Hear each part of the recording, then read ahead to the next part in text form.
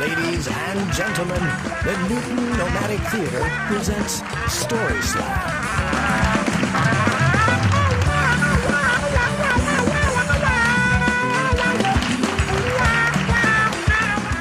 1980, I was the young guy in the law offices of Thomas C. Troy. He was one of the biggest criminal lawyers in the city of Boston.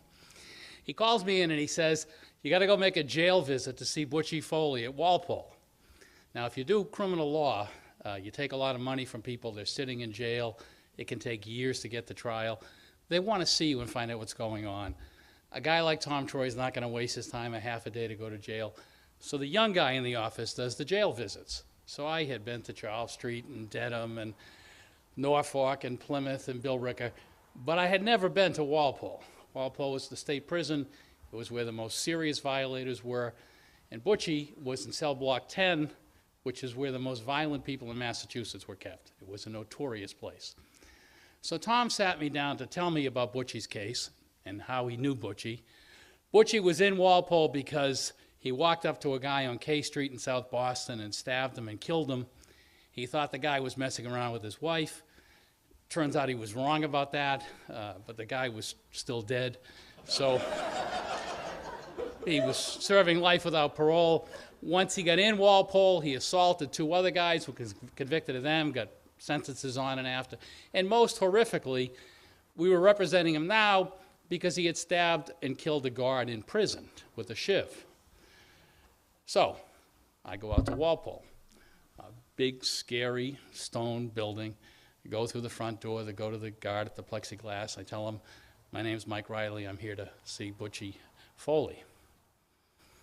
I get a stare and a glare and hate. He passes some paperwork for me to fill out, and he points to some benches. I go sit at the benches. 45 minutes, nobody says anything.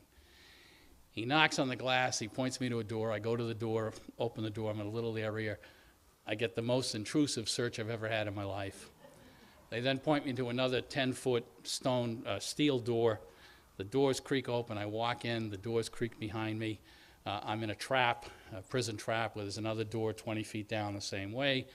Cement going up about 30 feet. Guys with machine guns walking up and above. They let me sit there for about a half an hour. And then the door on the other side opens up. I walk through that. There's a guard. He points me down a long, long hall. I walk down there. I get to the end. Another guard points me downstairs. I go downstairs. Now I'm outside of cell block 10. Another guard gives me a piece of paper. The piece of paper says, "The Department of Corrections has advised you that it's inadvisable to make a attorney's visit in cell block 10. You've been advised that cell block 10 is not safe. You've been advised that the department cannot guarantee your safety, and you understand that if you are injured in cell block 10, the department will not be responsible." What are you going to do? So I sign it. Guy takes me to another door. Another big steel door opens up. I walk in. The door closes behind me. There's a guard there. He points me down the hall. And I realize I'm now in cell block 10. And I walk down the cell block, and there's cells on both sides, a couple of feet away. And people start yelling terrible things at me. I mean, horrible sexual things they want to do to me and to my mother and to my wife, and screaming and yelling and madness and just total chaos. I get to the end of the cell block. There's another guard. He opens another big steel door. I walk in. It shuts behind me, and I'm in a little small room with a table and two chairs. And I realize at this point, nobody has said a word to me. Nothing but glares the whole time. I sit in the room for about a half an hour, and all of a sudden I hear commotion, noise, banging, lots of noise. The door opens up. There's two guards. They have a guy, and they throw him into the cell. He bangs up against the wall, and he drops down to the ground. Now, that was when I realized I was a long way from home. and I was very scared. So Butchie Foley stands up. He's a scary-looking guy. And he glares at me, and he says, "Who the fuck are you?" So I say, "Well, I'm Mike Reilly. I work with Tom Troy. I'm here to talk." "Troy didn't tell me anything about you. I don't know who you are." I said, "Well, I'm Mike Reilly." "How the hell do I know who you are?" So I reach in and I show him my bar card. He says, "I don't know what this is. This could be a scam. This could be a setup. How do I know you're from Tom Troy's office?" And he's kind of getting angry.